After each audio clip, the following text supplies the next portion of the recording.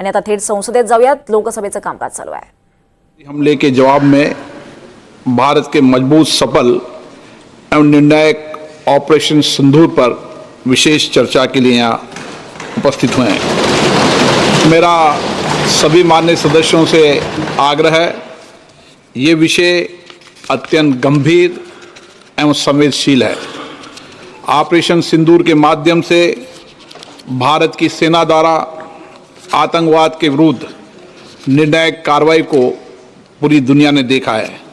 हम सबको हमारी सेना के अदम्य साहस, शौर्य और पराक्रम पर गर्व है.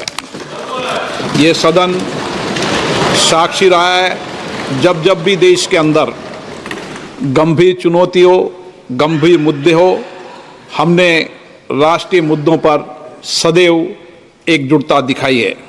आतंकवाद एक वैश्विक चुनौती है. मेरा आपसे आग्रह है कि आज हम राष्ट्रहित और मानवता के भाव को सर्वोपरि रखते हुए हम इस प्रकार से सार्वगर्भित और मर्यादित चर्चा करें कि हमारी सेना और अन्य रक्षा बलों का गौरव बढ़े. भारत की संसद से दुनिया में आतंकवाद के विरुद्ध सामूहिक संघर्ष का एक मजबूत संदेश संसद से जाए. माननीय रक्षा मंत्री राजनाथ सिंह जी.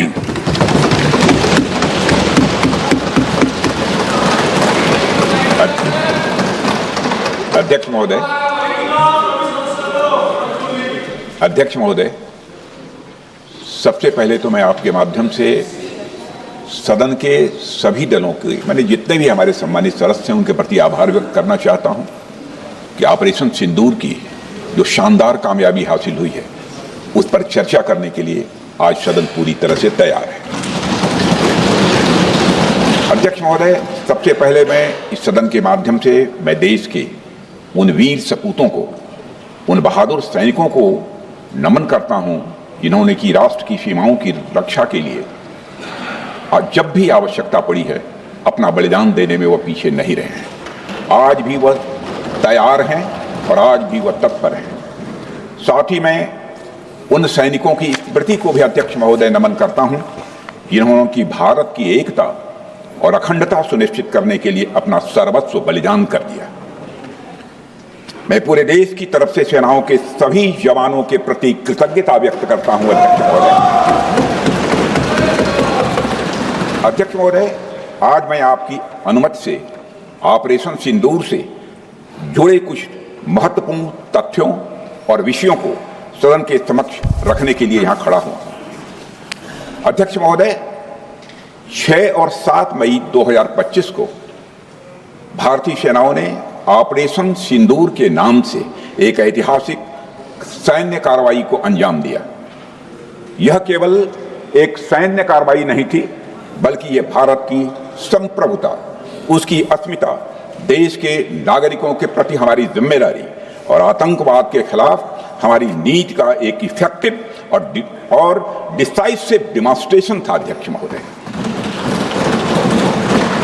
महोदय, जैसा इस सदन को जानकारी है, 22 अप्रैल 2025 को जम्मू कश्मीर के पहलगाम क्षेत्र में एक अमानवीय और कायराना आतंकी हमला हुआ. इस हमले में हमारे 25 निर्दोष नागरिकों सहित एक नेपाली नागरिक की भी जान गई थी.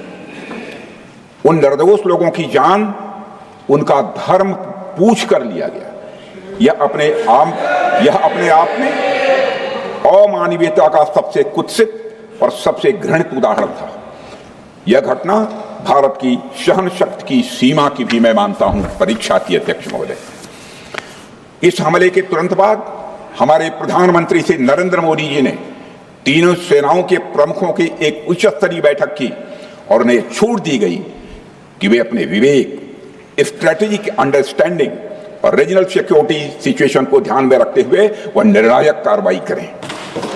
इसके बाद हमारे सैन्य नेतृत्व ने न केवल अपनी मैच्योरिटी दिखाई, बल्कि उस स्ट्रेटेजिक विजडम का भी परिचय दिया जिसकी उम्मीद भारत जैसी एक रिस्पॉन्सिबल पावर से की जाती है. अध्यक्ष महोदय, ऑपरेशन सिंदूर को अंजाम देने से पहले हमारी सेनाओं ने हर पहलू का बहुत ही गहराई के साथ अध्ययन किया। हमारे पास कई विकल्प थे, लेकिन हमने उस विकल्प को चुना जिसमें आतंकवादियों और उनके ठिकानों को अधिकतम नुकसान पहुंचे और जिसमें पाकिस्तान के आम नागरिक को कोई क्षति न होने पाए, इस बात की भी हम लोगों ने चिंता की। अध्यक्ष महोदय, हमारी सेनाओं द्वारा की गई वेल कोऑर्डिनेटेड स्ट्राइक्स ने 9 टेररिस्ट इंफ्रास्ट्रक्चर टारगेट्स को प्रिसीजन के साथ, सटीकता के साथ हिट किया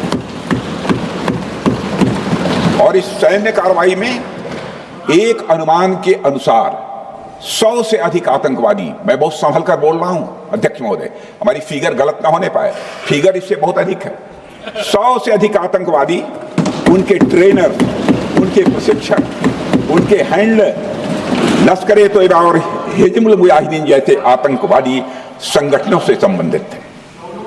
ये वही आतंकी संगठन हैं जिन्होंने पाकिस्तान की सेना और ISI का जिन्हें खुला समर्थन प्राप्त है। अध्यक्ष महोदय, 7 मई 2025 को रात्रि 1:05 भारतीय सशस्त्र बलों ने ऑपरेशन सिंदूर प्रारंभ किया, जिसमें पाकिस्तान और पाक ऑक्युपाइड कश्मीर में भारत के खिलाफ आतंकी गतिविधियों से जुड़े 9 स्थानों को निशाना बनाया गया। इसमें POK के मुजफ्फराबाद में सवाई नाला और सैयदना बिलाल कैंप, कोटली में मस्जिद अब्बास व मसबर रहील शाहिद कैंप, कोटली में गुलपुर कैंप, भिम्बर में बरनाला कैंप, कोटली में अब्बास कैंप और पाकिस्तान के पंजाब प्रांत में बहावलपुर, मुहिदके और सरजाल और मेहमुना जोया शामिल थे। इनमें से 7 आतंकी शिविरों को भारतीय सेना ने पूरी तरह से नष्ट कर दिया,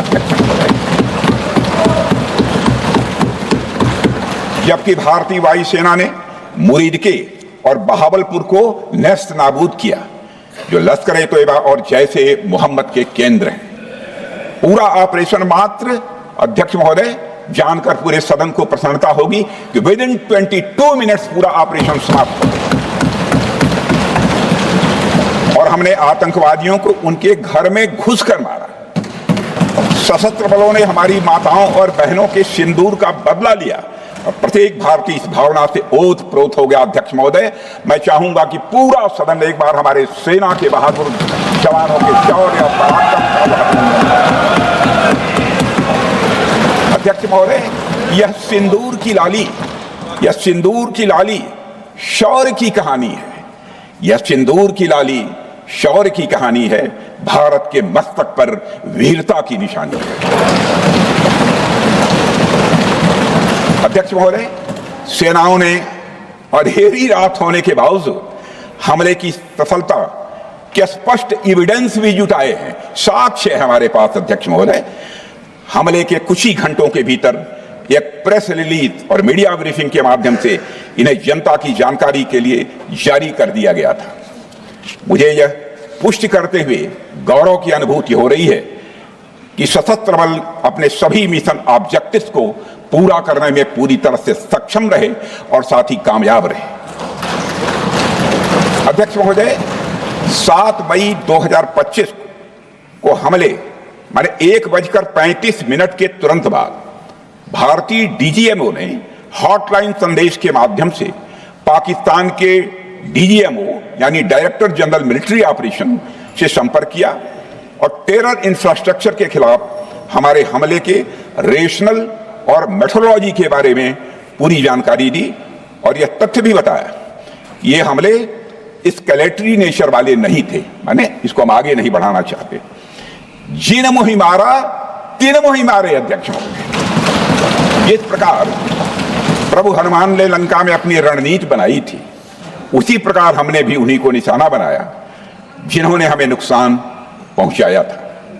हालांकि पाकिस्तान ने इस रेशनल को समझने से इनकार कर दिया और अगले कुछ दिनों तक सिविलियन और सैन्य ठिकानों पर गोलीबारी करके बड़े पैमाने पर सीज फायर वायलेशन करके स्थिति को एस्केलेट करने की उसने कोशिश की। अध्यक्ष महोदय, 7-8 मई 2025 की रात को क्लियरली आइडेंटिफाइड आतंकवाद संबंधी ठिकानों पर हमारे सफल ऑपरेशन के बाद, सफल हमले के बाद पाकिस्तान ने स्थिति को एस्केलेट कर दिया और अनमैन्ड एरियल सिस्टम और अन्य साधनों का उपयोग करके भारतीय वायुसेना के बेसेस, भारतीय वायुसेना के सेंसर्स और सेना के फॉर्मेशन हेडक्वार्टर से लेकर ब्रिगेडों तक पर भी उसने हमला कर दिया। हालांकि हमारी इंटीग्रेटेड एयर डिफेंस ग्रिड और काउंटर यूएस ग्रिड ने इन हमलों को सफलतापूर्वक विफल कर दिया। अध्यक्ष महोदय, यस 400 यमारसैन आकाश मिसाइल सिस्टम और एयर डिफेंस गन्स बहुत प्रभावी साबित हुई हैं। अध्यक्ष महोदय, इस एस्केलेशन पर हमारा जवाबी हमला स्विफ्ट, प्रोपोर्शनेट और नबातुला था। अध्यक्ष महोदय, जिसमें 8 मई 2025 को केवल चुनिंदा पाकिस्तानी एयर डिफेंस सिस्टम और सेंसर नेटवर्क को प्रिसीजन गाइडेड मिशन द्वारा, म्यूनिशंस द्वारा जो है टारगेट किया गया। अध्यक्ष महोदय, हमारी कार्रवाई पूरी तरह से सेल्फ डिफेंस में थी, न तो वह प्रोवोकेटिव थी और न तो एक्सपेंशनिस्ट थी। पाक द्वारा ये हमले 7 मई 25 से लगातार चले और 10 मई 2025 को रात लगभग 1:30 पर पाकिस्तान ने बड़े पैमाने पर भारत के ऊपर मिसाइल, ड्रोन, रॉकेट और अन्य लॉन्ग रेंज वेपन्स का इस्तेमाल किया। इसके साथ साथ उन्होंने इलेक्ट्रॉनिक वॉरफेयर से जुड़ी टेक्नोलॉजीज का भी सहारा लिया। अध्यक्ष महोदय, उनके निशाने पर हमारे भारतीय वायुसेना के अड्डे, थल सेना के एम्यूनिशन डिपोज, हवाई अड्डे और मिलिट्री कैंट थे। अध्यक्ष महोदय, यह कहते हुए मुझे गौरव की अनुभूति हो रही है कि हमारे air defence system, counter drone system और इलेक्ट्रॉनिक इक्विपमेंट्स ने पाकिस्तान के इस हमले को पूरी तरह से नाकाम कर दिया। पाकिस्तान हमारे किसी भी टारगेट को हिट नहीं कर पाया। अध्यक्ष महोदय, और हमारे किसी भी इंपॉर्टेंट एसेट को नुकसान नहीं हुआ है। हमारी सुरक्षा व्यवस्था अध्यक्ष महोदय चाक चौबंद थी और हर हमले को हम लोग रोका गया। मैं इसके लिए भारतीय सेना के बहादुर सैनिकों की जमकर सराहना करता हूं, जिन्होंने दुश्मन के हर मंसूबे पर पानी फेर दिया। और अपने प्रतिपक्ष के मित्रों से भी कहना चाहता हूं, एक बार फिर से भारत के सेना के जवानों का कम से कम मेज थपथपाकर उनका अभिनंदन करिए। बहुत बहुत धन्यवाद। बहुत बहुत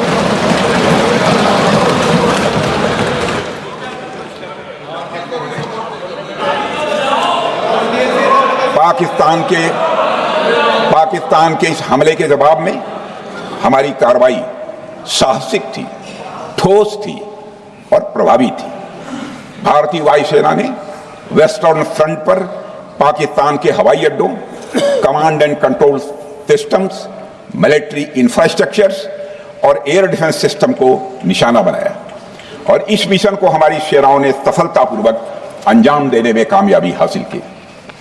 अध्यक्ष महोदय, हमारी सेनाओं ने चकलाला, सरगोधा, रफीकी, रहीम यार खान, जैकबाबाद, सुक्कुर और भोलारी जैसे बड़े एयरबेस पर प्रहार किया और पूरी दुनिया ने भारतीय वायुसेना के शौर्य और पराक्रम की तस्वीर देखी।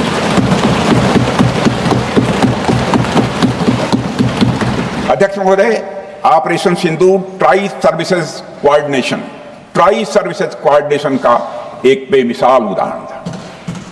जब भारतीय वायुसेना ने आसमान से हमले किए, हमारी थल सेना ने जमीन पर मोर्चा संभाल लिया। हमारे जवान नियंत्रण रेखा पर पूरी ताकत से डटे रहे और पाकिस्तान की हर हरकत का करारा जवाब दिया। अध्यक्ष महोदय, भारतीय नौसेना ने भी, लोग पूछते हैं भारतीय नौसेना का क्या रोल था, भारतीय नौसेना ने भी उत्तरी अरब सागर में अपनी तैनाती मजबूत कर दी। भारतीय नौसैनिकों ने पाकिस्तान को यह साफ संदेश दिया कि हम समुद्र से लेकर जमीन तक पाकिस्तान के हर महत्वपूर्ण ठिकानों पर प्रहार करने में न केवल सक्षम हैं बल्कि हम तैयार हैं। अध्यक्ष महोदय, इस ऑपरेशन का मकसद टेररिस्ट कैंप्स और उनके सपोर्टर्स को टारगेट करना, उन्हें नेस्त नाबूद करना था और ये साफ संदेश देना था कि भारत आतंकवाद के विरुद्ध जीरो टॉलरेंस रखता है। भारत ने कार्रवाई इसलिए रोकी क्योंकि कॉन्फ्लिक्ट के पहले और उसके दौरान जो भी पॉलिटिकल और मिलिट्री ऑब्जेक्टिव्स तय किए गए थे उसे हम पूरी तरह से हासिल कर चुके थे। इसलिए यह कहना, यह मानना कि यह ऑपरेशन किसी दबाव में रोका गया था, यह बेबुनियाद है और सरासर गलत है।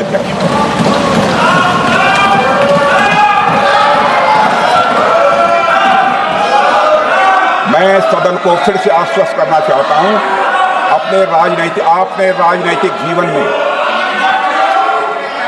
अध्यक्ष महोदय, मैं आपके माध्यम से सदन को आश्वस्त करना चाहता हूं, अपने राजनीतिक जीवन में जानबूझकर कभी भी असत्य न बोलूं, इसकी भरपूर कोशिश की है मैंने, चाहे सदन हो अथवा सदन के बाहर। अध्यक्ष महोदय, मैं आपके माध्यम से सदन को यह भी अवगत कराना चाहता हूं,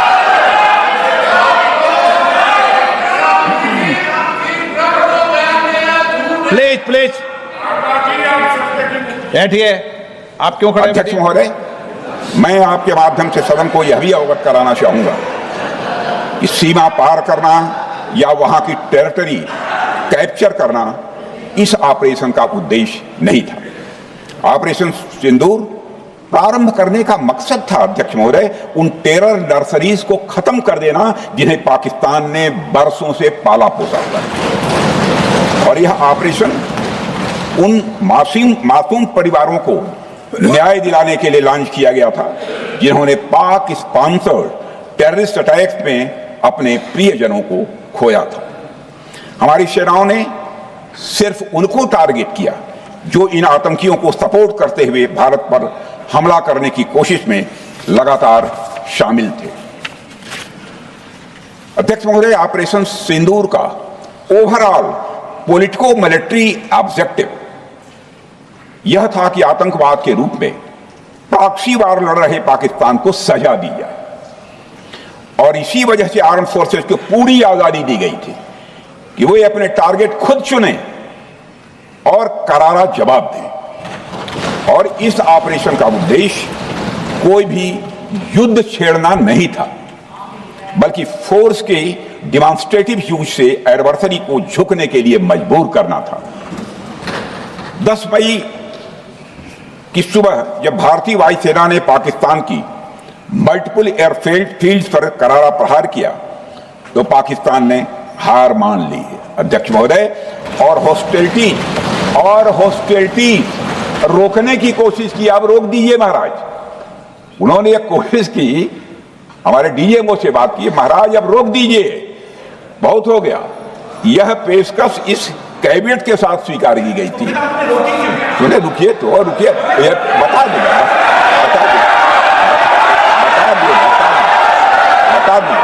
अब बैठ तो आपको मौका मिलेगा।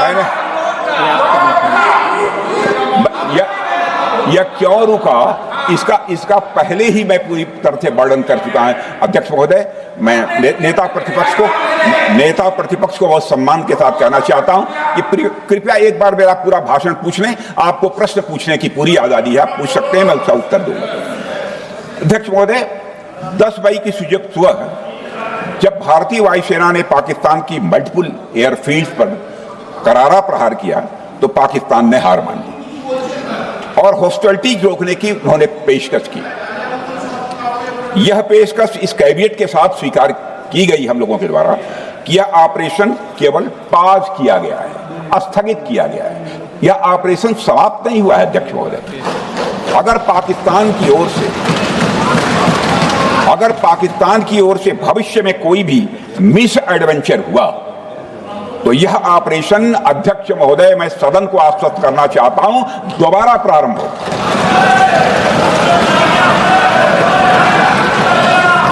अध्यक्ष महोदय, भारतीय वायुसेना के जबरदस्त हमलों नियंत्रण रेखा पर थल सेना की मजबूत जवाबी कार्रवाई और नौसेना के हमलों के डर ने पाकिस्तान को झुकने के लिए मजबूर कर दिया। अध्यक्ष महोदय, और पाकिस्तान की हार उनकी एक सामान्य विफलता नहीं थी, बल्कि यह उसके सैन्य बल और मनोबल या दोनों की एक हार थी। 10 मई को पाकिस्तान के डीजीएमओ ने भारत के डीजीएमओ से संपर्क किया और सैन्य कार्रवाइयों को रोकने की अपील की। मैं सदन में यह बात फिर से दोहराना चाहूंगा कि पाकिस्तान के डीजीएमओ ने भारत के डीजीएमओ से संपर्क किया और सैन्य कार्रवाइयों को रोकने की अपील की। 12 मई को दोनों देशों के डीजीएमओ के बीच औपचारिक संवाद हुआ और दोनों पक्षों ने सैन्य कार्रवाइयों पर विराम लगाने का निर्णय लिया। अध्यक्ष महोदय, हमारे सैनिकों का जो मनोबल, मातृभूमि की रक्षा करने का जो उनका समर्पण है, ऑपरेशन सिंदूर के दौरान उसका दर्शन 140 करोड़ से अधिक भारतवासियों ने देखा। मुझे खुद भी और प्रधानमंत्री जी को सीमावर्ती क्षेत्रों में जाकर हमारे जवानों से मुलाकात का अवसर मिला है। अध्यक्ष महोदय, श्रीनगर के मिलिट्री बेस पर, भुज के एयरबेस पर, उधमपुर के कमांड सेंटर पर, हर जगह प्रत्यक्ष मैंने अपनी आंखों से देखा कि हमारे सैनिकों का मनोबल अपनी पूरी बुलंदी पर था। उनकी आंखों में विश्वास है और उनका संकल्प अडिग है। वे न केवल भारत की सीमाओं की रक्षा कर रहे हैं, बल्कि हमारे राष्ट्रीय स्वाभिमान की भी अध्यक्ष महोदय रक्षा कर रहे हैं।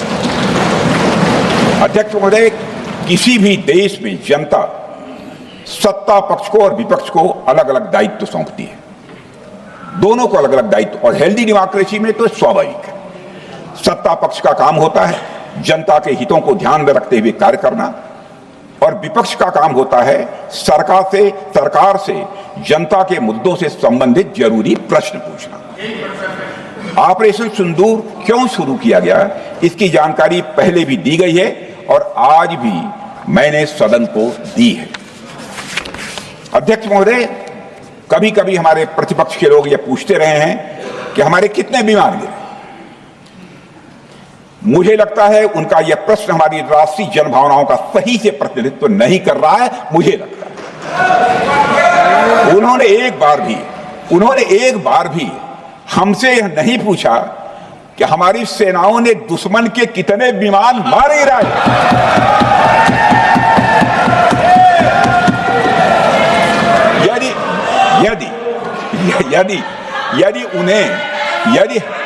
यदि उन्हें प्रश्न पूछना ही है अध्यक्ष महोदय, तो उनका प्रश्न यह होना चाहिए, क्या भारत ने आतंकवादी ठिकानों को तबाह किया?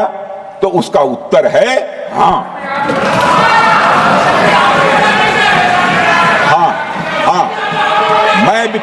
मैं विपक्ष के सम्मानित साथियों से कहना चाहता हूं कि आपको प्रश्न पूछना है तो यह प्रश्न पूछिए, क्या ऑपरेशन सिंदूर सफल रहा?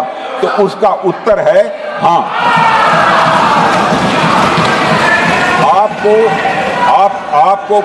आपको प्रश्न पूछना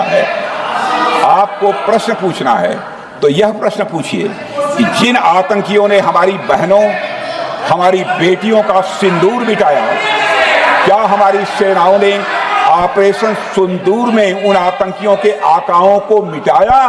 तो इसका उत्तर है हाँ। और आपको प्रश्न पूछना है तो यह पूछिए कि इस ऑपरेशन में क्या हमारे जाबाज सैनिकों को कोई क्षति हुई है? तो उसका उत्तर है नहीं। अध्यक्ष महोदय, लक्ष्य जब बड़े हो तो अपेक्षाकृत छोटे मुद्दों पर हमारा ध्यान नहीं जाना चाहिए। लक्ष्य बड़े हों तो छोटे मुद्दों पर, अपेक्षाकृत जो छोटे मुद्दे होते हैं कंपैरेटिवली, उन पर ध्यान नहीं जाना चाहिए, क्योंकि छोटे मुद्दों पर ही ध्यान देते रहने से देश की सुरक्षा और सैनिकों के सम्मान और उत्साह जैसे बड़े मुद्दों से ध्यान हट सकता है, जैसा कि विपक्ष के हमारे कुछ साथियों के साथ हो रहा है। अब चूंकि विपक्ष के मित्र ऑपरेशन सिंदूर को लेकर उचित प्रश्न नहीं पूछ पा रहे हैं, तो उन्हें मैं क्या बताऊं अध्यक्ष महोदय। मैं लगभग 4 डिकेड से अधिक समय से राजनीति में, सत्ता पक्ष हो या विपक्ष हो, अपनी पार्टी हो या दूसरी पार्टी हो, कभी भी किसी के साथ दलगत राजनीति को मैंने शत्रुतापूर्ण तरीके से जिंदगी में नहीं देखा है मैंने, अध्यक्ष हो। इसलिए आज अगर विपक्ष प्रश्न पूछने में असफल है, मैं विपक्ष को उनके इस काम में थोड़ी सी मदद करना चाहता हूं। अध्यक्ष महोदय, मैं विपक्ष के अपने सम्मानित साथियों से ये कहना चाहता हूं कि यदि आज हम लोग सत्ता पक्ष में हैं तो ऐसा नहीं है कि हम हमेशा सत्ता पक्ष में ही रहेंगे। यह आवश्यक नहीं है, किसी के लिए आवश्यक नहीं। एक लंबा समय हमने विपक्ष का काम किया है, एक लंबा समय हमने सरकारों से सवाल पूछने में लगाया है। जनता ने जब हमें विपक्ष में रहने का दायित्व सौंपा था तो हमने विपक्ष में रहकर विपक्ष की भूमिका को बड़े ही सकारात्मक तरीके से निभाया भी। अध्यक्ष महोदय, विपक्ष में रहकर हमने कैसे प्रश्न पूछे, इसके कुछ उदाहरण मैं यहां रखना चाहता हूं। 1962 में अध्यक्ष महोदय, चीन के साथ हुए युद्ध में जब दुखद परिणाम आया तो हमने उस समय की सरकार से यह पूछे थे, लेकिन वह प्रश्न यह था कि हमारे देश की धरती पर दूसरे देश का कब्जा कैसे हुआ। हमने यह प्रश्न पूछा था कि हमारी सेना और हमारी जनता अपमानित क्यों हुई। हमने यह प्रश्न पूछा था कि बड़ी संख्या में हमारे सैनिक हताहत कैसे हुए। हमने यह प्रश्न नहीं पूछा कि हमारे टैंक, हमारी मशीनें, हमारी बंदूकें क्यों ध्वस्त हो गई। यह प्रश्न हम लोगों ने नहीं पूछा। मशीनों और तोपों की चिंता न करके, मशीनों और तोपों की चिंता न करके अध्यक्ष महोदय, हमने देश की टेरिटरी की चिंता की, हमने देश के सैनिकों की। इसी तरह 71 के युद्ध में, 71 के युद्ध में जब हमने पाकिस्तान को सबक सिखाया, उस समय की सरकार को मैं बधाई देना चाहता हूं। हमने अपने राजनीतिक और सैन्य नेतृत्व की प्रशंसा की। हमने ये नहीं देखा कि किस दल की सरकार है, किस विचारधारा की सरकार है, इसकी चिंता नहीं की कभी। हमारे नेता अटल बिहारी वाजपेयी ने संसद में खड़े होकर उस समय के नेतृत्व की प्रशंसा की थी। हमने इस बात की खुशी जाहिर कि हमने अपने शत्रु को सबक सिखाया। हमने उस दौरान यह प्रश्न नहीं पूछा कि सबक सिखाने के दौरान में भारत के कितने प्लेन्स गिरे, भारत के कितने इक्विपमेंट्स बर्बाद हुए। यह प्रश्न अध्यक्ष महोदय उस समय भी हम लोगों ने नहीं पूछा। अध्यक्ष महोदय, यदि मैं इसे और भी प्रैक्टिकल तरीके से समझाऊं, तो किसी भी परीक्षा के परिणाम में रिजल्ट मैटर करता है। यदि किसी परीक्षा में कोई बच्चा अच्छे मार्क्स लेकर आ रहा है तो हमारे लिए उसके मार्क्स मैटर करने चाहिए। हमें इस बात का ध्यान नहीं रखना चाहिए कि एग्जाम के दौरान उसकी पेंसिल टूट गई थी या उसकी पेन खो गई।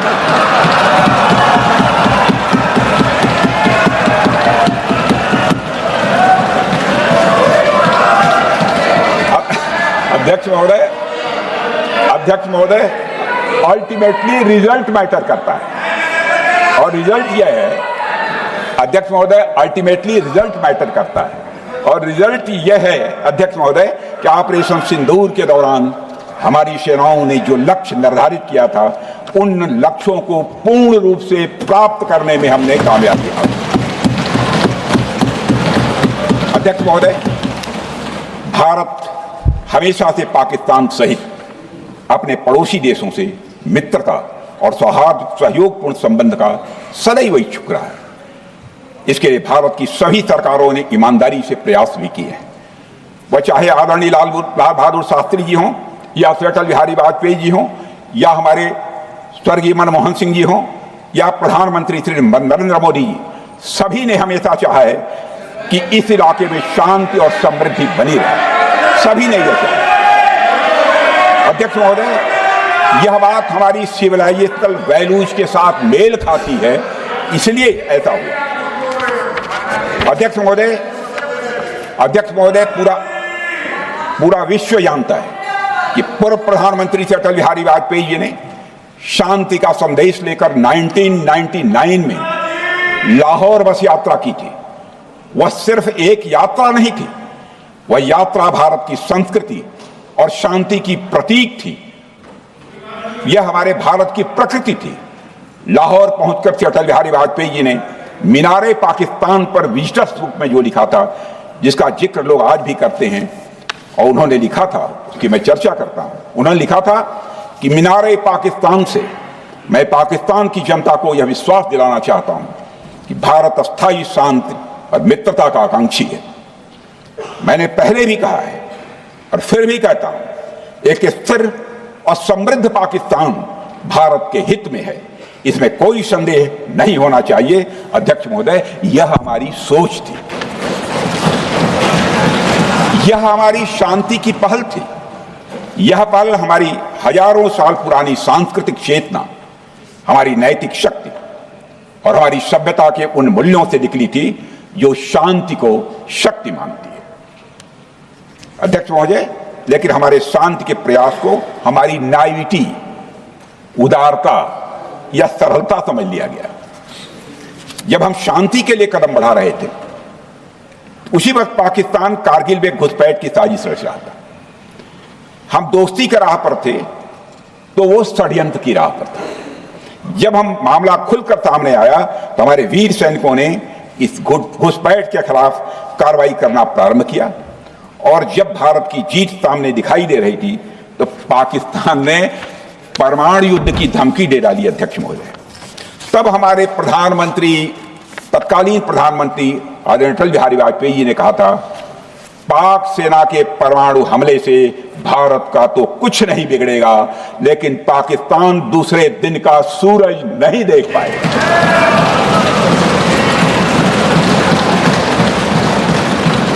यानी अटल जी जो शांति का पैगाम लेकर गए, वही अटल जी शक्ति का भी परिचय देने में तनिक भी नहीं हिचके। यही है भारत। अध्यक्ष महोदय, यह सामर्थ्य का उद्घोष था। यह एक स्पष्ट संदेश था कि भारत शांति चाहता है, लेकिन अगर कोई हमारी संप्रभुता को चुनौती देगा तो उसका जवाब भी उतनी ही दृढ़ता से दिया जाएगा।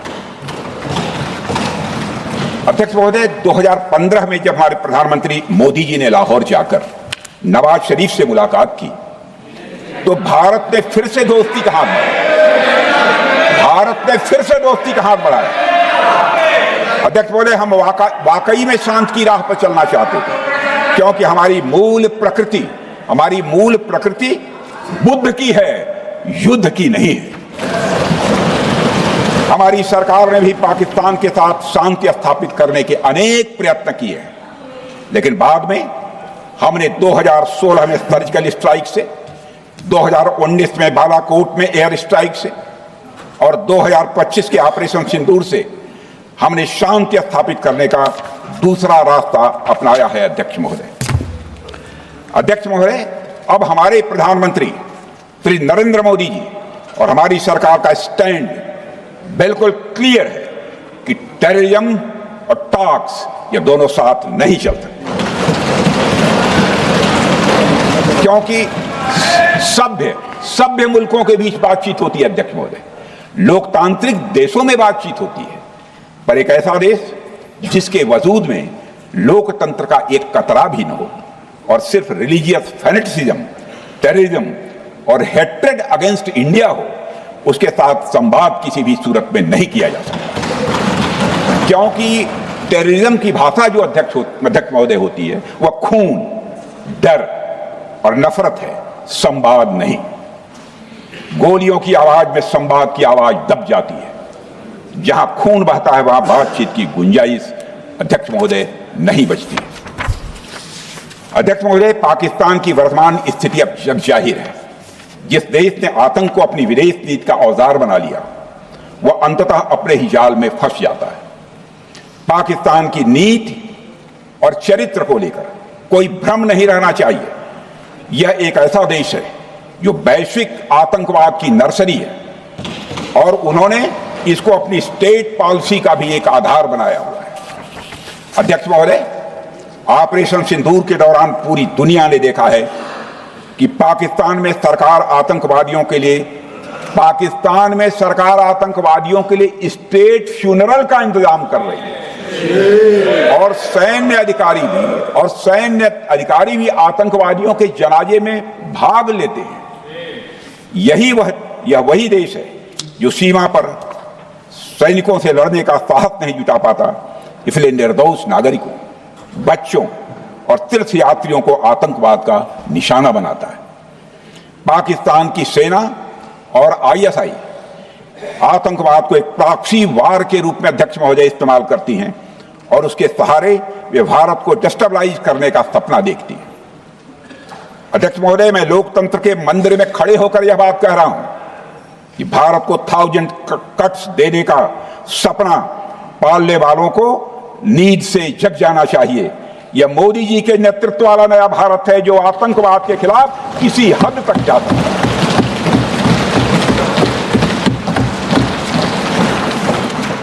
अध्यक्ष महोदय, आप भारत का इतिहास जानते हैं। देखिए, हमने कभी भी किसी की 1 इंच जमीन पर आज तक कभी कब्जा नहीं किया है। हम यह भी जानते हैं कि युद्ध अपनी बराबरी वालों से करना चाहिए।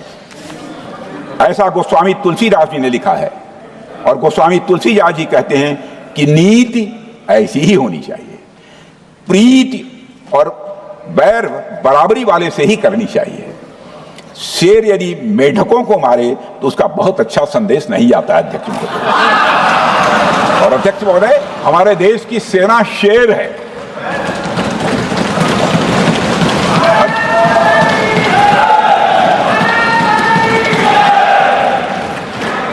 अध्यक्ष महोदय, पाकिस्तान जैसा देश जो साइज, सामर्थ्य, शक्ति और समृद्धि में हमारे आसपास भी नहीं है, उस मुल्क से कैसा मुकाबला? जो मुल्क अपने अस्तित्व के लिए दूसरों पर आश्रित हो, उसके मुकाबले का मतलब है अपना स्तर कम करना। हमारी नीति है आतंकवाद के खिलाफ प्रभावी कार्रवाई करना। हमारा पाकिस्तान विरोध उनकी आतंकवाद की नीति के कारण है, इसलिए पाकिस्तान का हमारा विरोध है। अध्यक्ष महोदय, हम अगर शांति की आशा के लिए हाथ बढ़ाना जानते हैं तो अशांति फैलाने वाले हाथों को उखाड़ना भी जानते हैं। अध्यक्ष महोदय, अगर शांति के प्रयास करना हम जानते हैं तो दुष्टों को जो भाषा समझ में आए उसी भाषा में समझाना भी जानते हैं। सठे साठ्यम समाचरित, अर्थात दुष्ट के साथ दुष्टता का ही व्यवहार करना पड़ता है कभी कभी। अध्यक्ष महोदय, हमने भगवान कृष्ण से सीखा है कि शिशुपाल की 100 गलतियां माफ की जा सकती हैं, पर अंत में धर्म की रक्षा के लिए सुदर्शन चक्र उठाना ही पड़ता है। हमने पार्लियामेंट का अटैक सहा है अध्यक्ष महोदय, 2008 का मुंबई अटैक सहा है, झेला है, लेकिन अब हमने कह दिया है इनफ इज इनफ। अब हमने सुदर्शन चक्र उठा लिया है अध्यक्ष महोदय।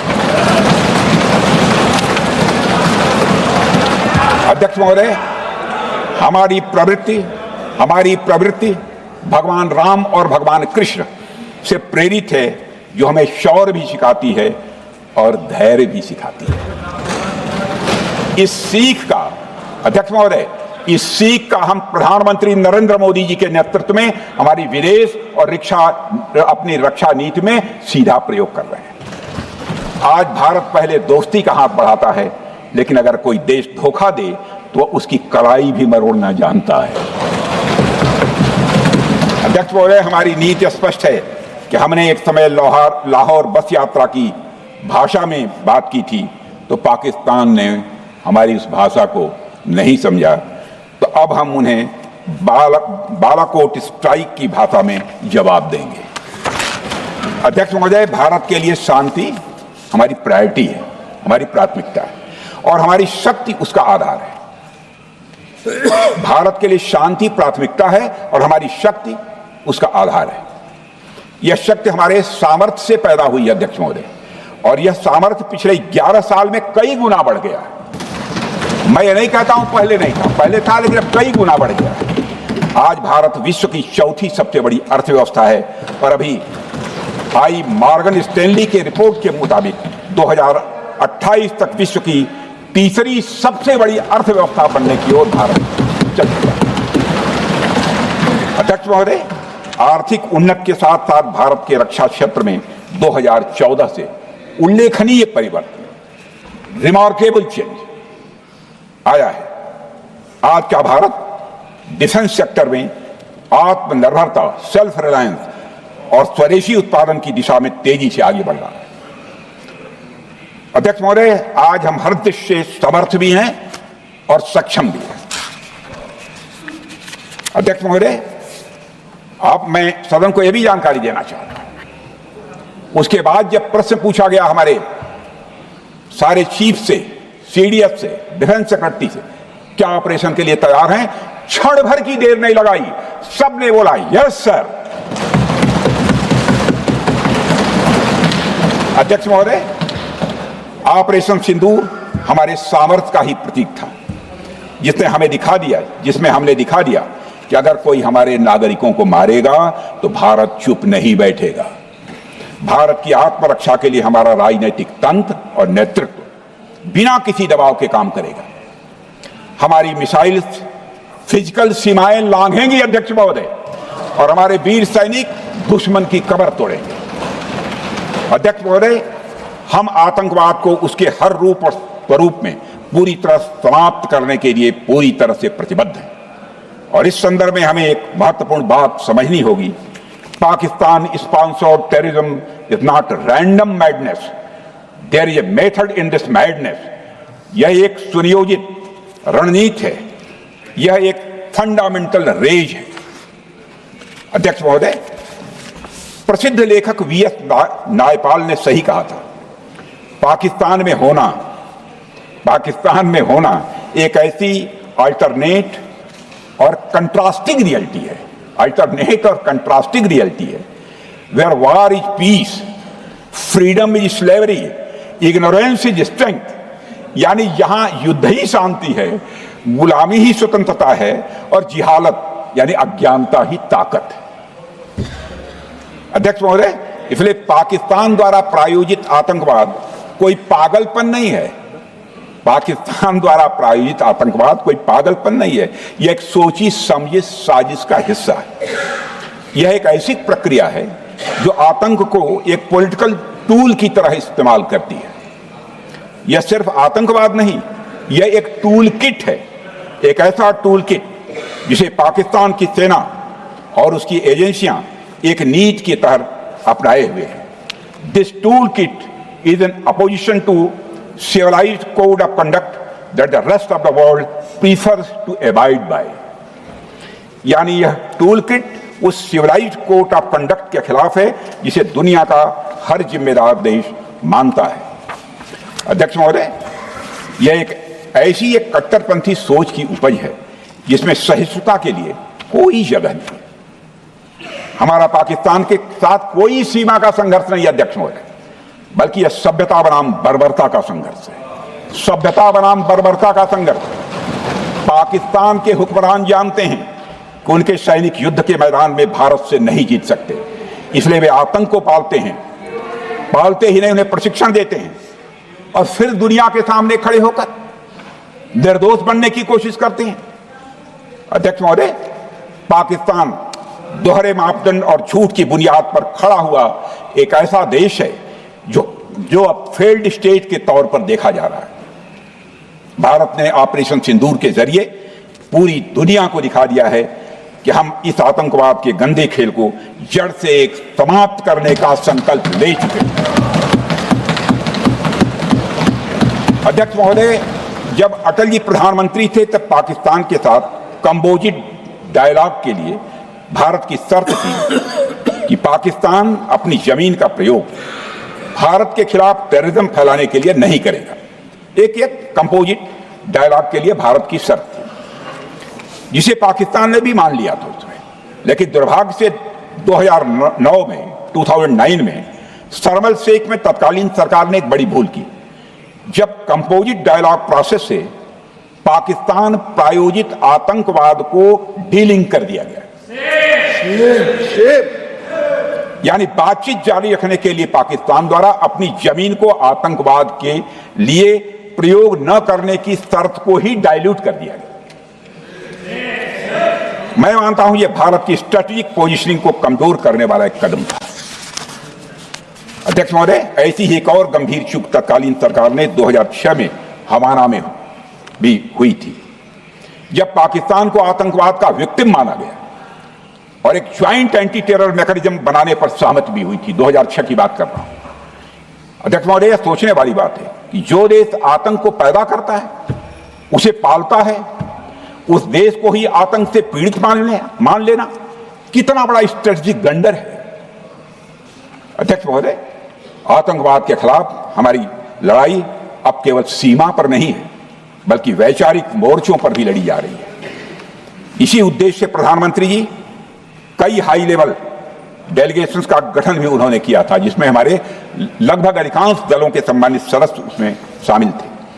उसमें विभिन्न राजनीतिक दलों के रिप्रेजेंटेटिव शामिल थे और सचमुच इस समिति ने वैश्विक मंचों पर जाकर भारत की बात बहुत ही प्रभावी तरीके से रखी और आतंकवाद के विरुद्ध वैश्विक समर्थन को उन्होंने मजबूत किया। अध्यक्ष महोदय, मैं उन सभी डेलीगेशन के सम्मानित सदस्यों के प्रति शीश झुकाकर आभार व्यक्त करना चाहता हूं, जिन्होंने भारत का आतंकवाद के खिलाफ स्टैंड तथा जीरो टॉलरेंस की पॉलिसी और ऑपरेशन सिंदूर के बारे में दुनिया के देशों को सही तरीके से अवगत कराया, प्रभावी तरीके से अवगत कराया। अध्यक्ष महोदय, ऑपरेशन सिंदूर को लेकर सर्वदलीय बैठक भी हुई।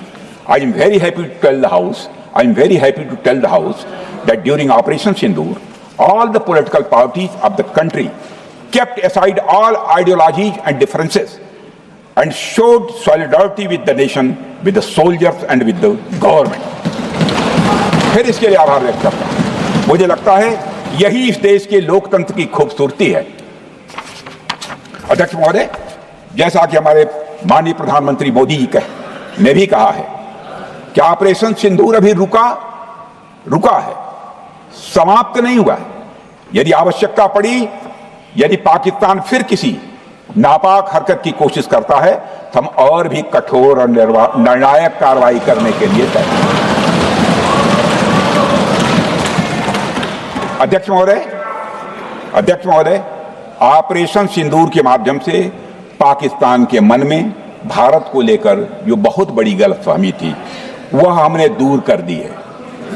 और यदि दूर थोड़ी बहुत बची यदि भई होगी तो उसको भी दूर कर देंगे। अध्यक्ष महोदय, मुझे महाकवि राष्ट्र कवि रामधारी सिंह जी दिनकर की कुछ पंक्तियां याद आती हैं। अध्यक्ष महोदय, क्षमाशील हो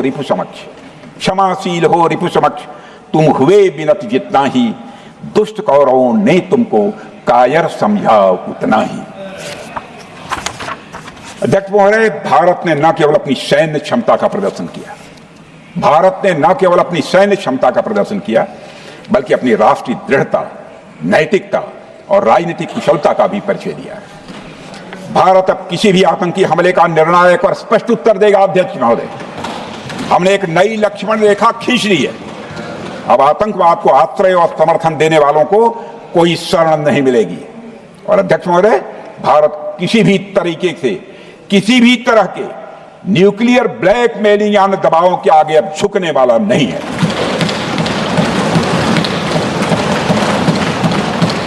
अध्यक्ष महोदय, ऑपरेशन सिंदूर के माध्यम से जो हमने किया और उससे पहले सर्जिकल स्ट्राइक और एयर स्ट्राइक के जरिए जो संदेश दिया गया, वह बहुत पहले ही हो जाना चाहिए था।